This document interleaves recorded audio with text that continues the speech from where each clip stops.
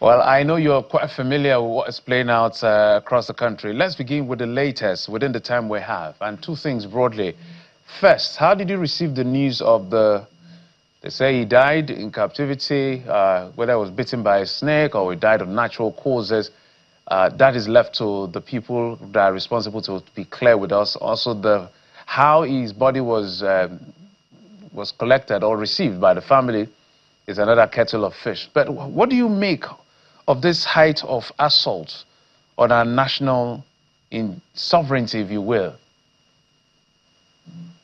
Geoffrey, thank you. I think the killing of the General Bakar was disturbing. It's a disturbing situation, I mean to say. And I heard his sons yesterday talked about the incident, and I was heartbroken. Heartbroken in the sense that these guys are killing our military generals, both serving and non-serving, as if they are killing mosquitoes.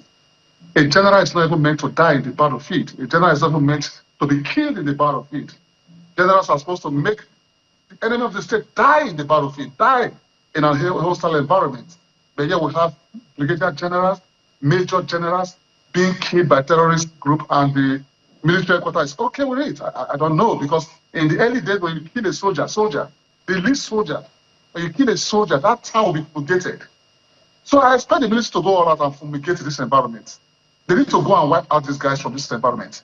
This is unacceptable, and this should be the last time the military should accept such nonsense. By the killing of this general, it's an indicator that the military is getting weaker by the day. The Nigerian army is getting weaker by the day. How do you allow your generals to be killed, both serving and non-serving?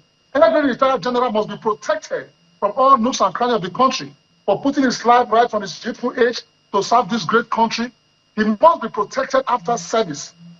Evaluate his environment based on the societal threats bedeviling the country, and also give him advice that, hey, this area will not be okay for you to stay due to the high state of insecurity, and relocate those generals. I will advise the military authority to start relocating our generals, the retired generals that are prone in a high-risk environment, to a safe environment, so that we don't have this kind of mess happen again. Geoffrey, I think this is unacceptable. If the military is keep on accepting this, I tell you, they are getting weaker by the day, because these guys cannot come out and kill a major general, a brigadier general. Is that a joke?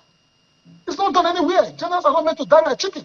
So the military must stop this, and stop it with speed and momentum. On how his body got to the family is a story for another day. So what will be your recommendation of response? Because we just heard that the DHQ has launched the Northwest under the Operation Fasanyama. They launched what they call the Operation Clean Sweep 3, targeting terrorists and bandits hideouts in this Matazu local government area and its surrounding community. What exactly is the kind of response that you think this particular operation should be able to achieve? Well, fantastic question. Geoffrey, first of all, they need to identify the threat actors. Because the truth is, the Nigerian military can never win this fight against terrorism, even to the end of time. The military uses violence against violence. That does not bring about peace. We have a lot of components that the military the government needs to adopt to support the military. But despite the fact that the military are putting in their best, they must ensure that they carry out an effective hostile surveillance about this given environment. Don't allow these guys to keep on planning and attacking our military, plan, attack, and you allow them to, keep on succeeding. I agree, the Nigerian military have done so well, precisely the Nigerian army. They've made a lot of sacrifice to ensuring that they bring Nigeria to a state of positive peace. But these sacrifices is not good enough for us as a country. They need to understand that there's an existential threat. The enemy within, we are suffering from internal threats, insider threats.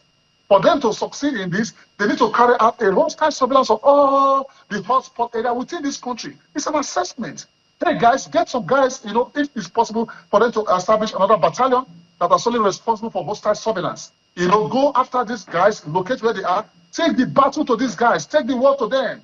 Don't wait for them to attack. Go after them. Ensure that you eliminate them from all nooks and crannies, so that they will be highly demoralized, demotivated, and as well not have the ability to engage our military any day, anytime, anywhere, as if they are engaging some rat-pack military. We're talking about the Nigerian army, almighty Nigerian army. This should never happen. So for me, I think it's the right time the military will say, okay, draw the line, between these guys and say, enough is enough. This General Abubakar should be the last general that should be abducted and killed as if they abducted an animal or whatever the case may be. So for me, they should go all out after these guys. The threat is real, Joffrey. It's real. It's getting on. It's getting everywhere. And we need to ensure that we look into the governance structure. Because for me to tell you, for the truth is that I think our political space have been messed up because what is happening now is political intervention. We don't just have to apply military might. I agree, the military have done a lot. But let's start looking at political perspective. Let's start looking at educational perspective. Let's start looking at what's it called, societal perspective, social contract. Why are people going into crime? What is the reason? We have this, the reason why people are going to crime. Good governance also is going to mitigate this crime. Our political leaders, our governors must ensure they take charge of their states holistically from all nooks and crannies. Because they have the security boats coming to them every month, they must utilize it to ensure that they start taking these vulnerable youth from the streets. Most of these fighters, Joffrey, they employ their fighters from the streets. A potential child on the street, I have said it, is a threat to the government, either today or tomorrow. What do we do about this employment methodology from these guys? Take them off the streets so that this will aid the military operation.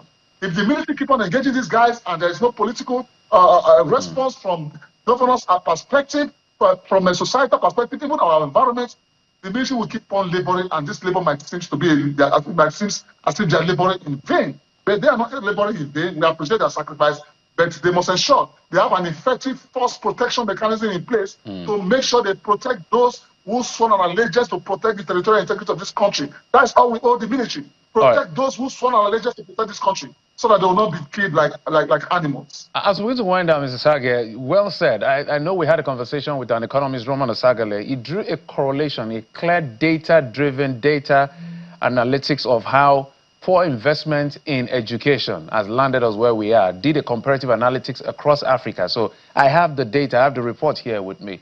But where we are now, it is true, and I agree with everybody who is saying, despite whatever we say about government and the military, we must all unite against terror. But the bet in this is that we must be confident that the government is as serious as the people want it to be. So help us, how do we manage this perception, let's call it perception management? You're a certified master anti-terrorism specialist. One hand, generals are being killed, the recent being the former spokesman. On the other hand, as we speak, some 500 or so terrorists are being arraigned in one of our courts in Abuja. About 100 were convicted not too long ago. In the same breath, just before I brought you in, we see repentant terrorists, or repentant bandits as they call them, about, is it 600 or 900 of them or so, now being reintegrated. There's so many conflicting signals all over the place. How do we manage it to know whether we're winning or losing? You can't be reintegrating criminals during wartime. You can't do that. The war is ongoing. The fight against terrorism is ongoing. And you are reintegrating those who kill our officers and men. You are integrating those who kill our gallant soldiers, our gallant military officers. And what is the methodology of their reintegration? Do you have a database? The last reintegration they had years back, do you have their database? Where are they? Can you tell me where they are presently? As I speak to you, a lot of these guys are in Lagos. I'll be able to, meet one or two of them, So what I'm trying to say in a nutshell is this. We need to, there's a halt on that safe corridor. It's not helping. Let's go all out and ensure that we eliminate these guys. Because it's demoralizing for me to see an officer, a terrorist who killed my friend, or an officer who I know being fed in an Operation Safe Corridor and later on being reintegrated, failing to understand that they have an ideological driven mentality. I also agree that some of these guys that were rehabilitated were captured under duress or were being coerced, during engagement between the terrorists and this community. I agree.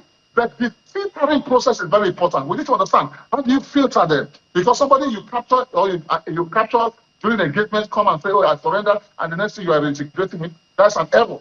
First of all, we must understand that this is an ideological driven mentality. And most times, ideological driven mentality lasts in eternity.